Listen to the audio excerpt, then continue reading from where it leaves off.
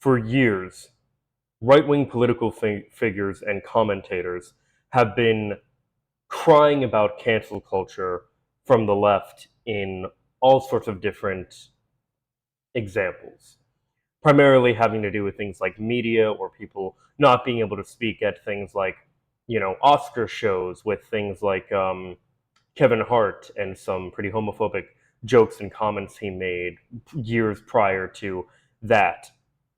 The right has been obsessed with this mentality of cancel culture, in that anytime somebody wanted to really kind of hold them to account for things that they had said, it was cancel culture. Now, I am not for anybody losing their job or anything of that nature because of comments that they've made, no matter how much I may personally disagree with them. You guys know I'm not one for really boycotting or cancel culture or not consuming certain media because it's problematic or any of that stuff. I think a lot of that stuff is very cringe liberal bullshit that a lot of a lot of is one of the biggest things that I think pushed a lot of people to the right and away from the left, as it were, because this is how liberals were behaving.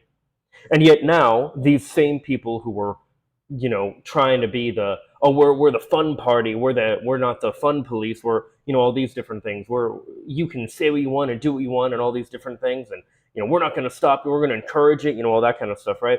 Or the what did they say? Conservatism was the new punk rock, stuff like that, crazy shit. After a decade of that, we are now seeing right-wing cancel culture really start to take place. Hey everyone, my name's Christian, and I have a lot to say about many things. I want to talk about Jimmy Kimmel, some comments that he made on Charlie Kirk, and how all of this spells, well, the beginning of true conservative cancel culture on the left, as it were. Now, one thing that I want to say with Jimmy Kimmel here, I'm not super familiar with the guy.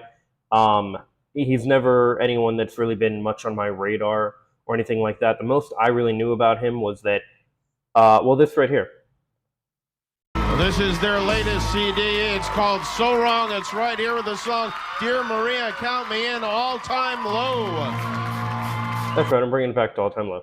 I got your picture, I'm coming with you. Dear Maria, count me in. There's a story at the bottom of this bottle, and I'm the pen.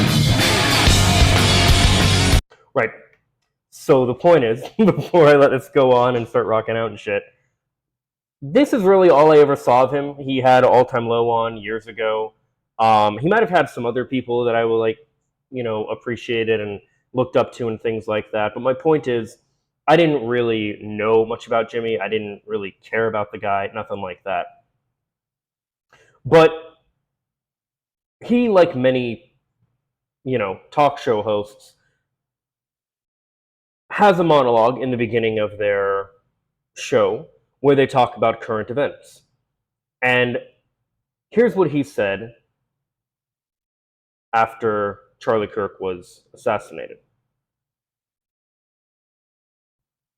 We hit some new lows over the weekend with the MAGA gang desperately trying to characterize this kid who murdered Charlie Kirk as anything other than one of them and doing everything they can to score political points from it. In between the finger pointing, there was grieving. On Friday, the White House flew the flags at half-staff, which got some criticism. But on a human level, you can see how hard the president is taking this. My condolences on the loss of your friend Charlie Kirk. May I ask, sir, personally, how are you holding up over the last day and a half, sir? I think very good. And by the way, right there, you see all the trucks? They've just started construction of the new ballroom for the White House, which is something they've been trying to get, as you know, for about 150 years. And it's going to be a beauty. Yes. He's at the fourth stage of grief, construction. Demolition, construction. This is not how an adult grieves the murder of someone he called a... We hit some new... Yeah, someone he called a friend. No, 100%. Yeah, Trump has said that Kirk was like a son to him and different things of that nature. when, as Kimmel rightly pointed out, clearly the dude didn't mean shit to you. You know, you don't respond like that. Oh, how do you feel about? Oh, hey, have you seen our new ballroom? Like, look what we're working on over here. Like, dude, like, what the fuck? Like, what? Like, that's crazy. And because of that comment, it led to this. There is this other comedy show, if you can call it comedy, called The Benny Show, hosted by Benny Johnson, who, it's not good, as I'm sure many of you could imagine if you're fortunate to not already know what this show is. But he had, I don't know, does it say who the person is? I don't know, I guess someone from the FCC, Chairman Brendan Carr, on the show, and this is what ensued. We're going to try to speed this up because, like, yeah. To take action, frankly, on Kimmel, or there's going to be additional work for the FCC ahead. What kind of action would you see? I, at the very least, would like to have an on-air. When you look at the conduct that has taken place by Jimmy Kimmel, it appears to be some of the sickest conduct possible. As you indicated, there are avenues here for the FCC, so there are some ways in which I need to be a little bit careful. Who's going to be called ultimately to be a judge on some of these claims that come up. But I don't think this is an isolated incident. You go back to Representative Swalwell. He had a tweet out last week where he was saying that, emphasizing that Charlie Kirk's killer was a straight white male from a Republican family that voted for Donald Trump. In some quarters, there's a very concerted effort to try to lie to the American people about. That's not a lie. He was a straight white male, and he was from a very conservative family. The whole reason they pointed that out is because since this has happened, the right has been desperately hoping that this person was some kind of minority, something, like Kimmel said, anything other than one of them. The nature, as you indicated, one of the most significant, newsworthy public interest acts that we've seen in a long time. And what appears to be an action. Oh, by the way, I want to say, I've heard from people, even like apolitical people like that I work with and stuff, who have even said, like, I don't really care about the guy, but I'm sick of seeing him everywhere. Like, I think it's terrible what happened, but I'm sick of, like, they keep putting him up everywhere. They don't shut up about him. And yeah, normies are already getting annoyed with the constant reveling in what the right is doing with Kirk here. By Jimmy Kimmel to play into that narrative that this was somehow a MAGA or Republican motivated person. If that's what happened here with his conduct, that is really, really sick. I've been very clear from the moment that I have become chairman of the FCC.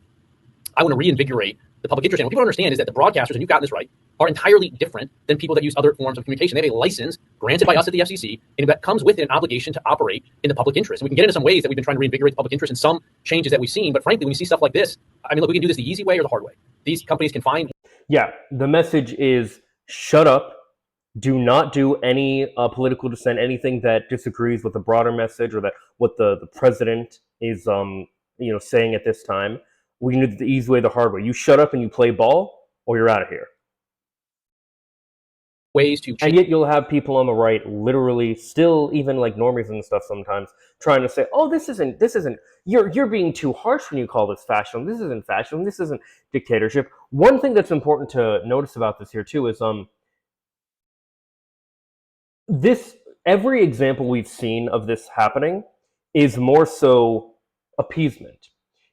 We have been seeing organizations like this bend the knee and capitulate in an effort to avoid Trump's wrath. But as we should have learned throughout history, as Winston Churchill learned horribly so, appeasement does not work with these people. And when I say these people, you should know I mean fascists and wannabe dictators.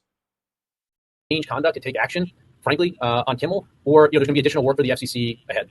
What kind of action would you see? I, at the very least, would like to have an on-air apology from Jimmy Kimmel to the Kirk family, to all of those who he slandered, because he did say that Charlie Kirk, he's effectively saying that our movement did this. Our movement. I mean, he's not really saying that. He's just saying that, like, this isn't someone who was on the left like you guys were trying to say. He was a white guy like you guys, and he come from a conservative family, and all of that's correct. We don't really know for a fact if the guy was, super right-wing or MAGA or anything like that himself. It's quite possible that he was just like very sheltered, and when he broke out of that, he kind of, you know, went the other way, but not in like a, not even in like a tanky way, not in like a, I don't even know, just some kind of, I mean, he wasn't well like that, you know, and that really is like the underlying theme for many of these, you know, people who are shooters and stuff, is that they're not well. Like that's the main thing, regardless of like political, you know, affiliation, although normally it is people on the right. You know, there are people on the left that are freaks too, but these people aren't well and they need help. Killed Charlie, that Charlie was deserving of this, effectively. And we've seen that rear its head. This happens quite regularly, actually, on MSNBC and on other networks, where they're trying to victim blame. And what that does, Mr. Chairman... The fact that these people, I tell you, it's like, these people really, they are the real snowflakes. Like, they're just doing the same shit liberals did, which pushed people to the right. I do have a bit of hope that everything that we are seeing the right do now, and especially how, as we're going to go throughout this video, they are the ones really clamping down on free speech and doing this cancel culture push. That is a big thing, probably the biggest thing that pushed so many people to the right. And I think this is going to be a big thing that pushes so many people, especially young people, to the left. When they realize that, oh, the conservatives were the fucking, like, pearl-clutching wine mom people all along. Like, well, yeah. Continues the lie. And I mean, they're the ones that did the satanic panic in the 70s and the 90s, and yeah, it's always been these kind of people. Continues the threat level to say effectively that we have no share in this problem at all on the left. This is a clear-cut case. What would you like to see done at ABC? Well, look, I think what you said there strikes me as a very reasonable, minimal step that can be taken. I mean, obviously, there's calls for Kim to be fired. I think, you know, you could certainly see a path forward for suspension over this. Again, you know, the FCC is going to have remedies that we could look at. Again, you know, we may ultimately be called to be a judge on that. But this also strikes me as sort of conduct that, to some extent, shows some sort of desperate irrelevance. I mean, we're sort of exiting an era where the three main legacy broadcast networks could control and dictate the narrative. By the way, the fact that there are three main broadcast networks that control all of broadcasting is part of the problem. Monopolies and corporations buying other corporations and controlling more and more and turning everything into this just a few different like groups that control all of the media, mainly being Sinclair, is a huge part of the problem. To the American people. And one thing that President Trump did when he ran for office, he ran directly at that legacy media establishment. He smashed the facade that they get to control what we say, what we think, the narrative around events. And we're seeing a lot of consequences that are flowing from President Trump doing that. I mean, look, NPR has been defunded. PBS has been defunded. Colbert is retiring. Joy Reid is out at MSNBC. Yeah, how terrible is that, by the way?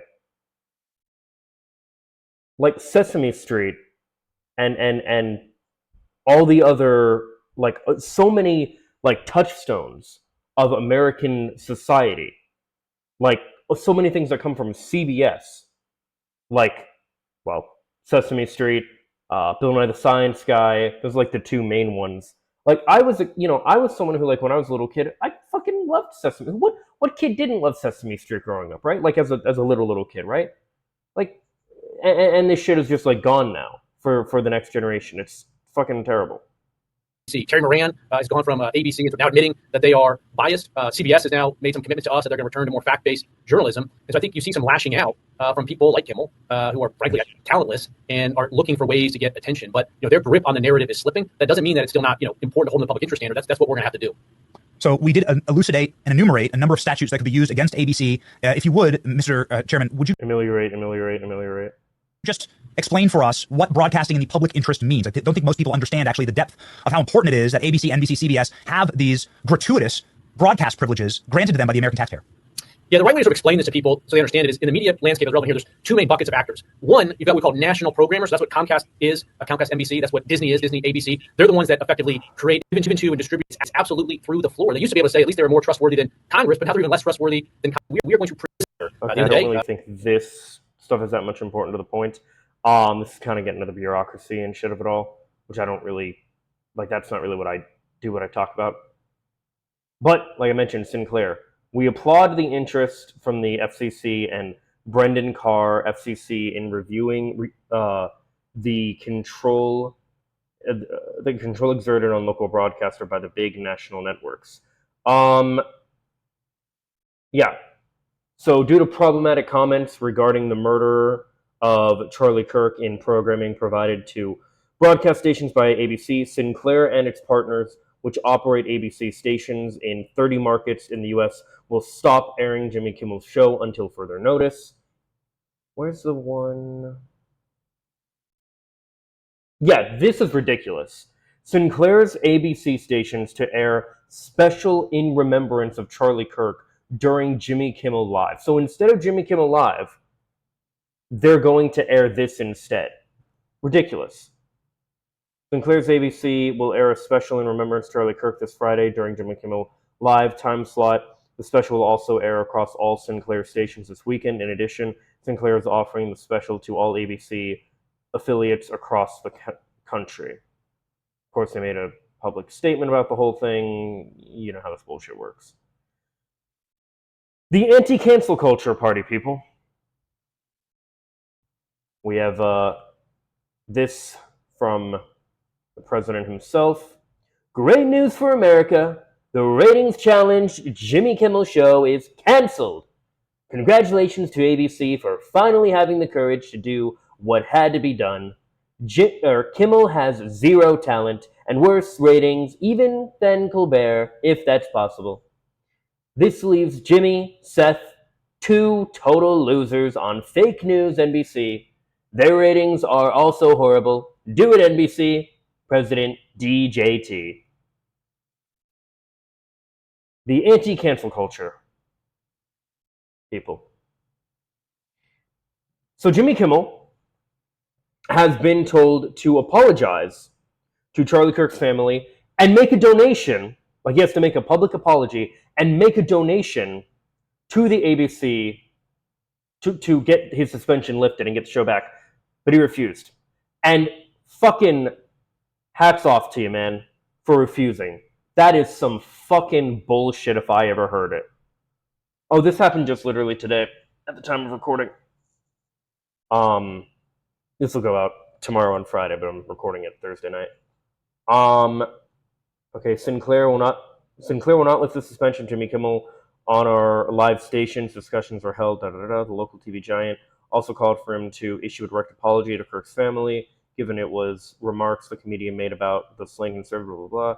Furthermore, we asked Kimmel to make a meaningful personal, Page 6 reached out to Page 6 reached out to Kimmel's reps for comment, but did not immediately hear back. However, sources told Deadline Thursday the late-night host is unwilling to apologize for his remarks. Good. The outlet... this is incredibly fucking important, and I'm going to tell you why. It is incredibly important to stand up to these fucking fascists, to these bullies. This is authoritarianism. This is cracking down on free speech. This is fascism.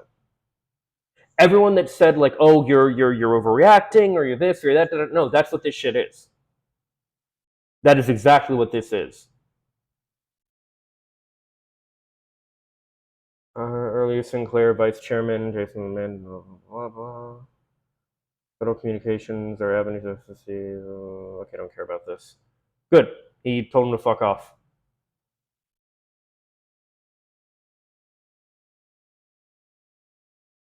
Okay, great.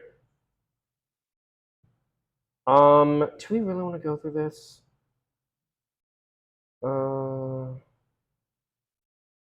Sure. Discussed it in that manner. That case goes forward. But then you have the fact that Donald Trump has agitated against Jimmy Kimmel for years around the Colbert ending of that show, which the parent company said was a business financial decision. Trump darkly posted Kimmel is next. They have been feuding for years. And so even for those who might be very justifiably concerned about any statement or misstatement about that violence or Kirk, how do you view this from the oversight perspective of whether or not this has to also be reviewed for whether the government was trying to do the political bidding of the president to get rid of a critic? Yeah, well, look, CEG Lisa Cook where that is exactly what she is saying, which is that she is being targeted. Well, that's what they're doing. They are 100% doing this overreach and trying to basically say, oh, don't worry, President Trump, we're not going to let anyone say anything bad about you. We'll take care of those bad, mean people. Don't worry. So that he can control the Fed. Please give us government funding and keep us in good standard. Fucking cowards. I do think that it is important for the news to be able to cover whether somebody is politicizing a tragedy. And there may be a time and place for that discussion. It may not be appropriate to do. So one thing I just want to say is that the issue is not politicizing the tragedy. When you live in a society such as we do, everything is political. So there is no such thing as politicizing this. All of this is political. That's just what it is. The issue is how they immediately went and said, oh, it's probably some crazy, it's a radical leftist. And it's crazy because when this shit happens, including with Luigi Mangione, for example, everyone on the left, especially minorities, are all thinking,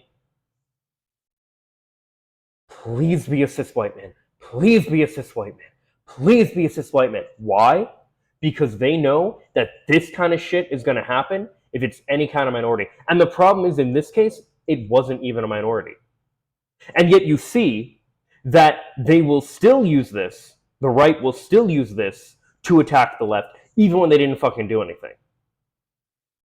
That's why they are so worried if it actually is a minority. Statistically, one of these days it is going to be a minority. And when that happens, you see what they're already doing even when it isn't a minority. Even when it isn't someone on the left. Just how much worse can it get? I hope we don't have to find out. And right at the moment it is happening, because it is a tragedy, and that it should maybe not be the first thing that you cover.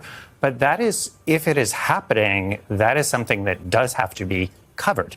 And so it really can't be that you are in the government calling on sanctions because you simply don't want to be criticized. That is core to the First Amendment. And to kind of narrow in on what you're saying, you're talking about what in the law would be a pretext, that you have a politician who's gone after a critic for years, and then something else happens and is being used or misused. But again, the involvement today, very publicly. Yeah, this is basically the death of free speech. This whole thing.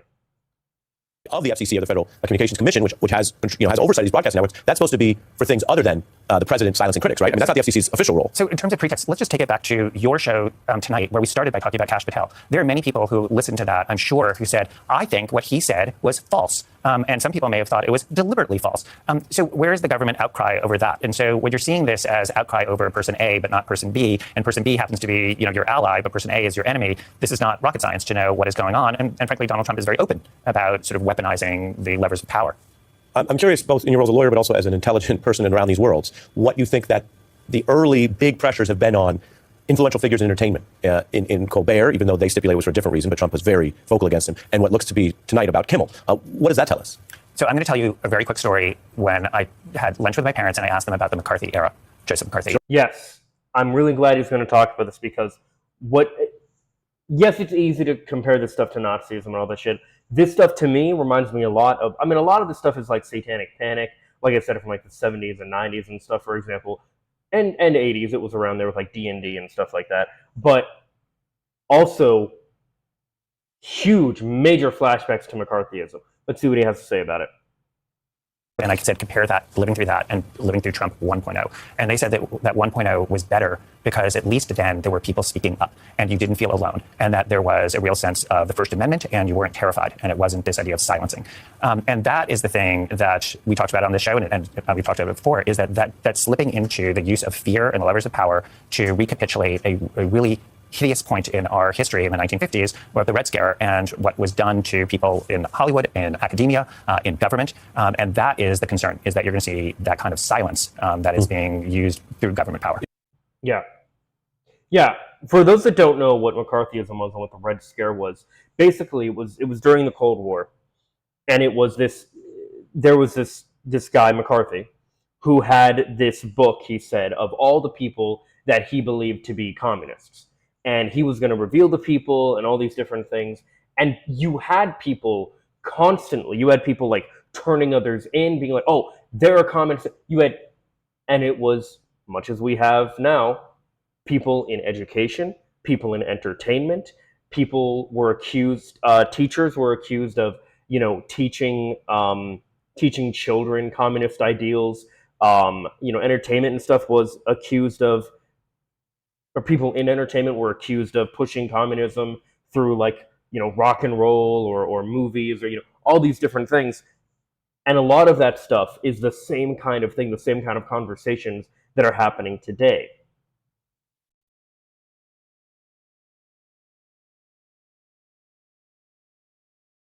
And it's not just with Jimmy Kimmel. It's not just with mainstream media. We are seeing, there was this great video done by Lextorius, and of course a great video, well, hang on, we'll get to that one, and a great video done by Taylor Lawrence about how essentially,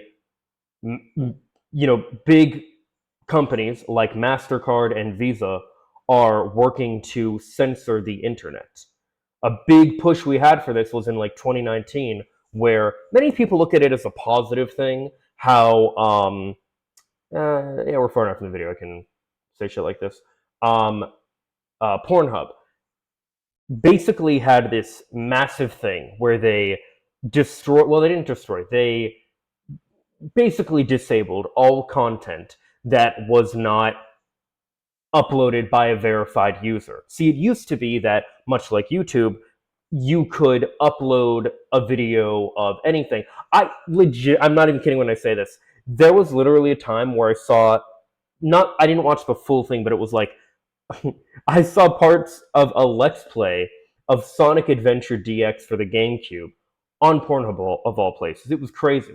It was like, why are you uploading here? But apparently it pays out better than YouTube, so that's one reason. But no, I've seen people even use it a little bit for safe for work content.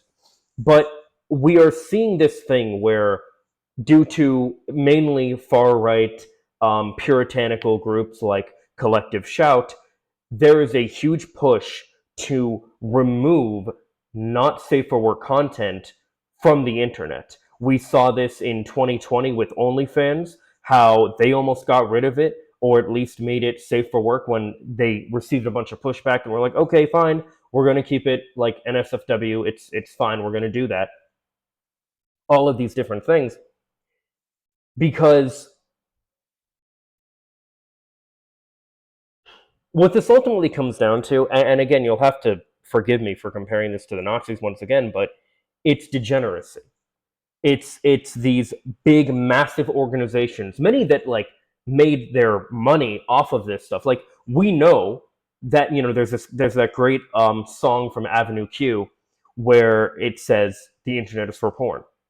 What made the internet mainstream before social media, before YouTube, Twitter, Instagram, before MySpace, before anything, was porn. Like, everybody knew if you weren't doing work on the computer, I guess maybe Flash games or whatever. Like, when I was growing up, when I was a kid, you used to be able to play Nickelodeon and Cartoon Network. You could go to their websites and you could play online games that were based off of the shows and stuff. So that was pretty cool. So I mean, there was stuff like that. But for the most part, for the average person, especially throughout the 90s and stuff, if you weren't using it for work, you were probably using it for porn. And when we eventually had, things like Pornhub, RedTube, and all of its, successors come into place, that, and it became so much more easily accessible, all this adult content, that became even more of reality. Now, one of the really cool things has been, in the last 10, 15 years, a lot of those performers have started branching out into other things, normalizing sex work, and doing many things like that, which is really cool. There are a few good videos that BuzzFeed did, for example, where they would have like an interview with a porn star, and they had like Angela White on there, and different things like that. There are all these different things, of this normalization we've had to like normalize sex work and to make people in general, or encourage people, I guess you could say, to be unashamed of sex and sexual desire and stuff. And all of this stuff, by the way, is exactly why I get so angry at liberals when they want to bitch and moan about like objectification of women in media, and they are just repeating puritanical talking points. It's why I get so mad when they talk about when they talk about how basically like, oh, you shouldn't play, oh god, what was that game, Hogwarts Legacy, or consume anything that J.K. Rowling makes because she's a transphobic piece of shit. Okay, that's true, but there are always terrible people who are behind things that are good. When you have this cancel culture take place, and you have this push that things you don't like, you don't think should exist, this is where this shit leads. Now, none of the Democratic presidents have done anything legally to push for these kind of things. But we know in Project 2025, banning porn altogether is part of it. And there's a great quote, I think I've quoted it before, but the death of porn is the canary in the coal mine of free speech. I think we are seeing free speech being eroded and killed even without the complete death of porn. I kind of thought that was going to go first. I didn't think this kind of stuff was going to happen first. I thought this kind of stuff would come later. But regardless, this is all happening more and more. And we have sites like Reddit. There was a great video on Reddit's NSFW problem, which is essentially talking about how like there is a huge portion of Reddit that is based on NSFW content, and how companies that are working really hard to restrict and or destroy NSFW content all across the internet, at least open access to it. Like, you could still go to the right sites if you knew the right sites or whatever, but as far as being on, Reddit or readily available on a website everybody knows about, like Pornhub or something, they are working very hard to limit and destroy these things. And you have groups like Collective Shout, who have used their platform to remove a ton of games off of itch.io, and have worked to remove a bunch of things from all of this stuff. I wanted to get more into this, and at one point talk about and I think I need to do some more research on this, but I do want to talk about more in depth how adult content is important, adult media is important, and censoring this stuff is not the answer, especially since we're seeing that it's what Collective Shout did was they basically said, oh, we're getting rid of this terrible game called No Mercy, which was undoubtedly a rape simulator. Like, that's what it was. There's no way you can say, oh, that's what it was. This wasn't fucking being a dick. This wasn't acting lessons. This wasn't Detroit Become Human. It wasn't that either. But it wasn't City of Broken Dreamers or any of these adult visual novel games that exist on made in Ren'Py or something. It might have been made in Ren'Py, actually, I don't know. But this wasn't Treasure of Nadia. This wasn't any of these things. This was a game that was deliberately designed to simulate rape. It wasn't good.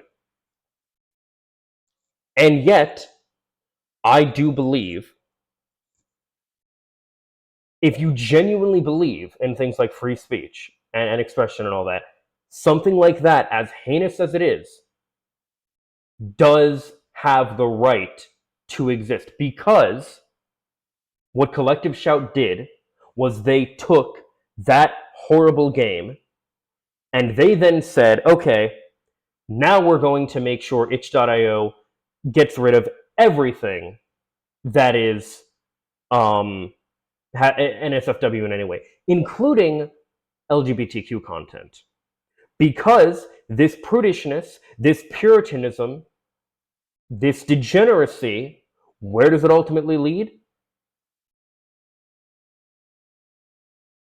Anything having to do with anything outside of heterosexual sex for the purposes of bringing life into this world is seen as degeneracy.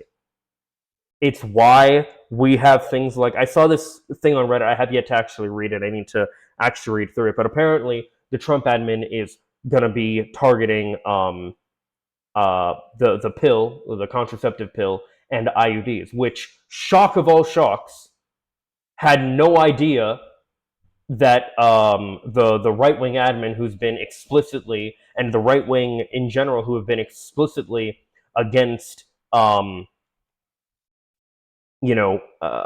against people, couples and such having sex just because they want to, and have really been pushing this idea of how important it is to have children and, continue the human race when we know what race of people they really want to continue in the first place.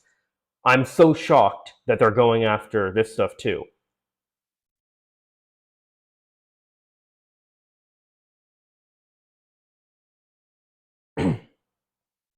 They put together, there were these Kirk sympathizers who put together a hit list on Steam, Charlie Tweets Detected. Developers on this list celebrated the tragedy at the University of Utah on September 10th, 2025.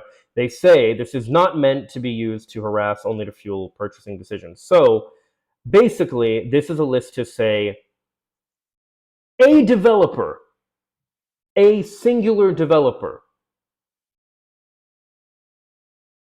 that was a part of the creation of this game had some things to say about Kirk that I didn't like. And this is my issue with, this is a big part of my issue with cancel culture and boycotting and stuff like that. Why the fuck would you not want to play an entire game and encourage other people to not play an entire game because one person is... Look, let me be clear. Even if any of these people were saying like Nazi shit themselves or whatever, it would, like, I still might fucking play the game. Because just because that one person had said something I thought was horrible does not mean the entire game is not, and most of these are indie games, of course, but I think it's ridiculous. You have the recommended ones are people who are sympathetic of Kirk, and the not recommended ones are people who are... You get the idea. This is a hit list. Let me be clear. I don't necessarily mean it's a hit list as far as going after the people. Oh, also, this is a crazy comment. Character artist called Kirk a 1940s German party member. True. Also, the game fucking sucks and they ruined Craven. Shoehorn MJ sections again, and Miles should have his own hero game. My brother in Christ, Miles does have his own game. There's literally Marvel Spider-Man, Miles Morales. Not like this person would actually know or care. Oh, all the Payne and Alan Wake games, apparently. Quantum Break. So everything in like the Alan Wake, Quantum Break, and Control series is all. Community manager on Blue Sky just missed a call to not... Like, all the... I mean, look at this shit. That person put it really well. This is modern day McCarthyism. Like, this is ridiculous, man. This is ridiculous.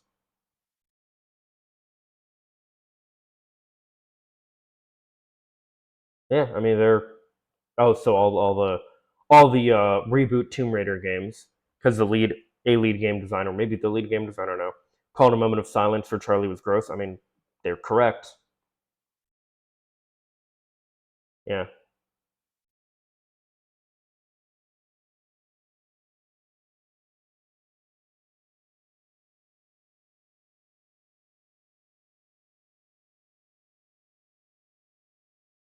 This reminds me a lot the way that these people pearl clutch and hand wring about how they're being about Kirk right now and how they are about so many of these different things when they were the anti-cancel culture people for so long reminds me very much of this infamous moment from Jubilee with the recent Mehdi Hasan debate.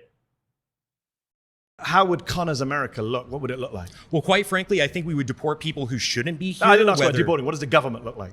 What does the government look like? Yeah. I would say, quite frankly, it's under a sort of benevolent leader such as Where does he Franco. come from? It could be a kind of aristocratic class. Could be someone who picks the autocrat? Frankly, the people. I mean, we could hold a vote on it. Kings So were isn't paid. that democracy? Well, sure. You can have a vote to get to that stage. And then no more votes afterwards? Absolutely. Wow. 100%. Wow. And if that autocrat kills you and your family, you're fine with that? Well, I'm not going to be a part of the group that he kills because that's the whole thing. How do you know? Carl Schmitt Autocrats tend to kill everyone, Carl even though they're Schmitt makes insubordinates. this point very well in his work. It's the friend-enemy distinction, right? Carl liberals, Schmitt, the Nazi theoretician. Yeah, absolutely. I don't care. Are you a fan of the Nazis? I frankly don't care being called a Nazi at I all. didn't say that. I Doesn't didn't actually matter to say me. that. I said, are you a fan of the Nazis? Well, they persecuted the church a little bit. I'm not a fan of that. But What about the persecution of the Jews? Well, I mean, I certainly don't support anyone's human dignity being assaulted. I'm a Catholic. But And you so don't condemn Nazi persecution of the Jews? I think that there was a little bit of persecution We and stuff may like have that, to which is rename bad. this show but- because you're A little bit? a little bit more than a far-right Republican. Hey, what can I say? I think you could say, I'm a fascist. Yeah, I am. Yeah. And of course, many people know at this point, like, that guy got fired and then from his job, and then he like did this fundraiser because that's what these fuckers do all the time. Just like that racist Karen who screamed and called a little kid the N-word and then did a GoFundMe. It was fucking crazy how these people are. Anyway, to me, that moment was very telling. We have votes for me, for what I want, and then no more votes after that. Same thing. No cancel culture for us, but for you guys? Oh yeah, cancel culture is going to be in full swing. Cancel culture is coming in full swing. There's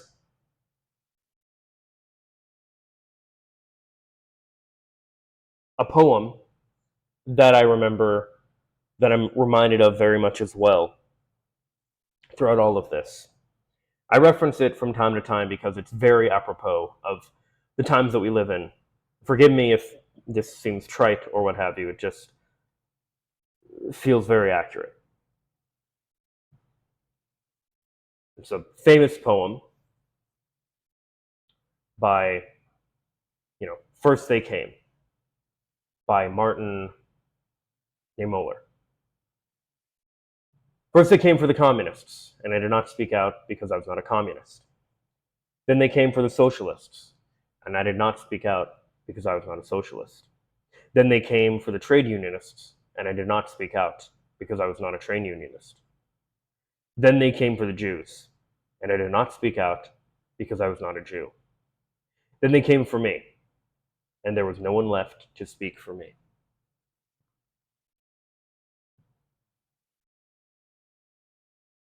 They will come for you. It doesn't matter if you're white. It doesn't matter if you're straight. It doesn't matter if you're cis. It doesn't matter if you're Christian, if you're Catholic, if you're Jewish, if you're Hindu, if you're whatever you are. It doesn't matter if you're right-handed. It doesn't matter if you have blue eyes or brown eyes or dark hair or blonde hair or red hair. Short, tall, fat, skinny, none of it matters. They will find a reason to come for you. Fascism destroys everything and everyone. Autocrats destroy everything and everyone. As Mehdi Hasan pointed out to that fascist kid, they will come for you. They will not make distinctions. They'll make distinctions in the beginning, but they will come for you eventually.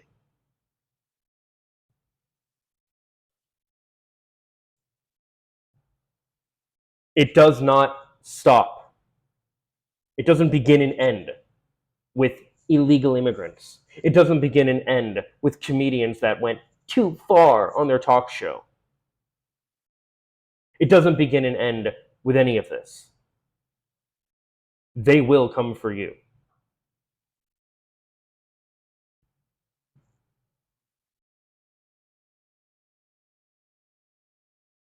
There is a bright spot in all of this. 10 years ago, and a little bit before that, we started seeing the rise of conservatism and this idea that conservatism was the new punk rock because of its pushback to liberal cancel culture and a bunch of other liberal bullshit. I think we are at the point now where the pendulum is switching. The pendulum is swinging, my apologies. It's swinging to the left, and it's swinging back further than how it was when Bush was in office. People are seeing on a broad stage that it is the right who is truly in favor of cancel culture. Whether or not they realize it's always been them, I don't know. But there are many people who are seeing now, oh, these are the guys making South Park get stop airing their video on Charlie Kirk.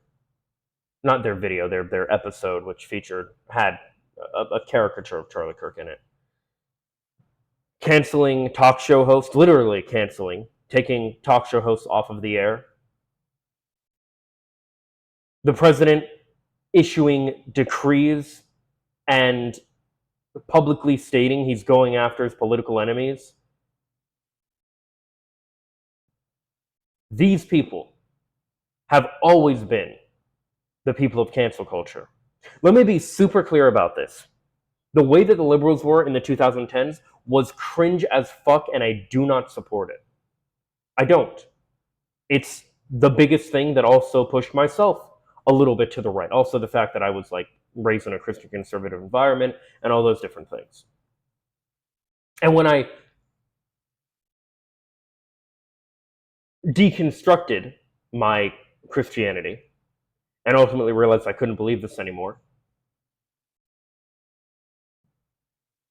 I saw liberals and I saw how annoying they were. And eventually I, found people like, Vosh and Hassan and Hunter Avalon, Xander Hall, and was inspired to make that kind of content similar myself. But if it weren't for people like them, and dare I even say people like me, and many others, people like myself would still fall for that bullshit.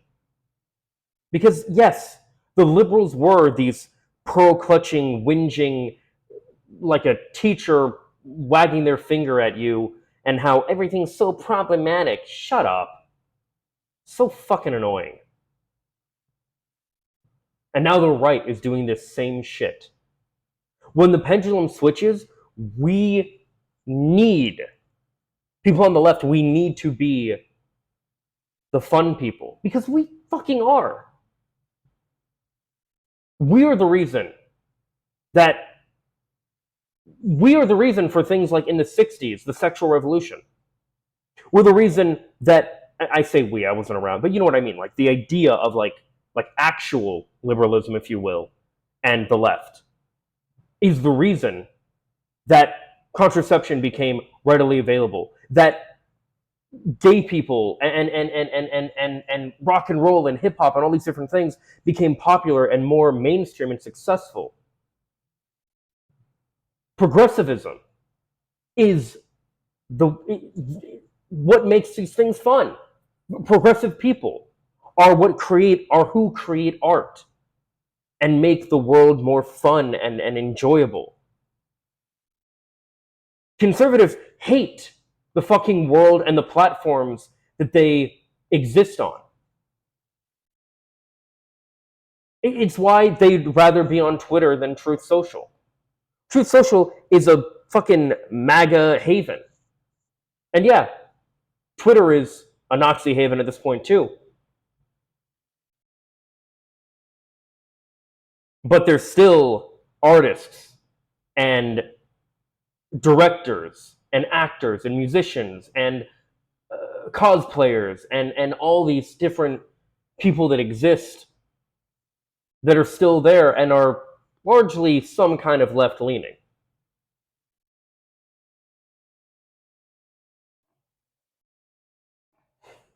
Yet we've let progressives have let the right run with this narrative that they are the punk rock. They are the anti-cancel culture people. They're the fun people. We're seeing now, once again, more and more that that was never true. It never would have been true. It never could be true. These people are and always have been the party of cancel culture. I think it's incredibly important to remember that, and I think it's incredibly important. I think it's good to see that people are realizing that and are waking up to that fact. When we eventually, because we will eventually gain power back, we can never, and I mean never, let liberals run with this problematic, finger-wagging bullshit narrative ever again. That is the biggest thing that got us into this position, and I'm not going to be, I'm, in all honesty, I would not be surprised if the overreach and people seeing that the right is actually the party of cancel culture, wouldn't be surprised if this is what actually wakes people up. Because the reality is, most people are not concerned about immigrants one way or the other. Most people, they feel economic hardship, but they don't really care. They don't really see it right in front of them. But their favorite movie, show, video game is censored. So they see a comedian being taken off of air. They see this stuff. Everybody cares about the culture. And when the culture starts getting eroded, people notice. It might be the wake-up call that everybody needs. As always, these are just my thoughts. Let me know what yours are in the comments down below. Follow me on social media for more. Subscribe and ring the bell to stay up to date. Leave a like if you like. And if not, I hope you find something to do like. Later, guys. Peace and love.